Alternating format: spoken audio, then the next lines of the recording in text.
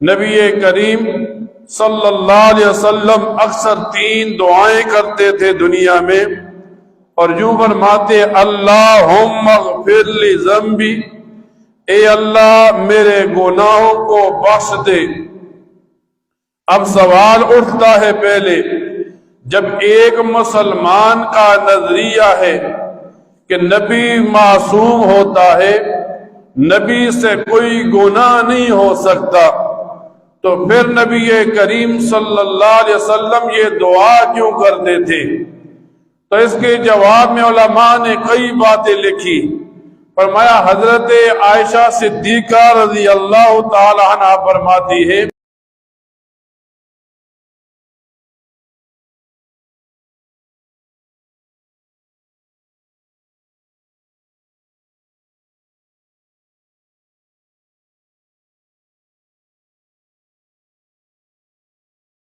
اتنا روتے میں سمجھتی آپ کی روح پرواز کر گئی، تو میں آپ کے پاؤں کے انگوٹھے کو پکڑ کر ہلاتی تھی، پھر جب آپ عبادت مکمل کر لیتے تو میں سوال کرتی اللہ کے رسول، جب آپ بخشے بخشائے ہیں، تمام نبیوں کے نبی ہیں، ساری مخلوقات سے آپ افضل ہیں، پھر آپ اتنی زیادہ عبادت کیوں کرتے ہیں؟ پھر آپ اللہ کے سامنے اتنا زیادہ کیوں روتے ہیں؟ اس کے بدلے میں نبی کریم صلی اللہ علیہ وسلم فرماتے ہیں عائشہ، میں کیوں اس رب کا شکر ادا نہ کروں کہ جس رب نے ایک یتیم کو نبی بنا دیا؟ یعنی ایک مسلمان جب بھی اپنے رب کے سامنے کھڑا ہو، نبی کریم صلی اللہ علیہ وسلم کی اس دعا جس میں آپ اپنے گناہوں کی بخشش مانگ رہے تھے، مسلمان کو بھی مانگنی چاہیے۔ علماء یوں لکھتے ہیں کہ جب ایک مسلمان کوئی بھی نیک کام کرے، مثلا فرض نماز ہو گئی، فرض نماز کا سلام پھر گیا، تو ایک مسلمان کو چاہیے 3 دفعہ استغفر اللہ پڑھے۔ اب سوال ہوتا ہے نیکی کا کام کرنے کے بعد استغفار کیوں کیا جائے؟ فرمایا اس وجہ سے کہ ایک مسلمان اللہ تعالی سے یہ بات کر رہا ہے کہ جیسی نماز پڑھنی تھی، جیسا نماز کا حق تھا، ویسا میں نے ادا نہیں کیا، اس پر یہ بندہ استغفار کرے۔ فرمایا پھر نبی کریم صلی اللہ علیہ وسلم دوسری دعا فرماتے وَوَسِّلِي فِي دَارِ، اے اللہ میرے گھر کو وسعت والا بنا۔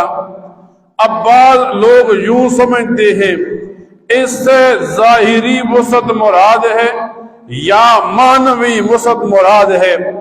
ظاہری وسعت تو یہ ہے کہ آپ یوں سمجھیں ایک بڑا سا گھر ہو جس میں کئی کمرے ہوں، ہر سہولت کا سامان میسر ہو، لیکن علماء لکھتے ہیں نہیں، اس سے معنوی وسعت مراد ہے۔ ایسا گھر ہو چھوٹا سا ہو لیکن سکون ہو، بندہ گھر میں جائے، شریعت کے اصولوں کے مطابق زندگی گزارنے والے افراد گھر میں میسر ہوں، گھر کے تمام افراد نمازی ہوں، تمام افراد قرآن کریم پڑھنے والے ہوں، نبی کریم صلی اللہ علیہ وسلم کی سنتوں کو زندہ کرنے والے ہوں۔ جب ایسا گھر ہوگا، اس گھر کو وسیع اور سکون والا گھر کہا جائے گا۔ پھر نبی کریم صلی اللہ علیہ وسلم تیسری دعا فرماتے وَبَارِكْ لِي فِي رِزْقِي، اے اللہ میرے رزق میں برکت دے۔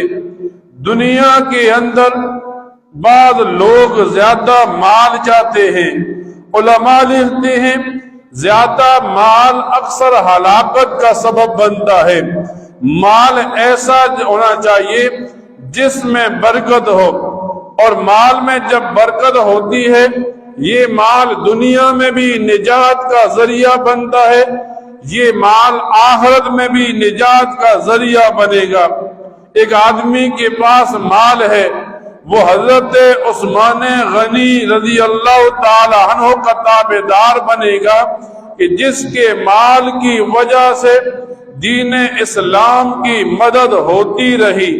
جب مال ایسا ہوگا پھر نجات کا ذریعہ بن گیا۔ یا مال ایسا ہوا، قرآن کریم میں اللہ تعالیٰ فرماتے ہیں وَيْلٌ لِكُلِّ هُمَزَةٍ الَّذِي جَمَعَ مَالًا وَعَدَّدَهُ، ان لوگوں کے لیے ہلاکت کی بات کی جو اپنے مال کو گن گن کر رکھتے ہیں۔ جب مال ایسا ہوگا بے برکت ہوگا، پھر یہ اس کے لیے نجات کا نہیں جہنم کی طرف جانے کا ذریعہ بن جائے گا۔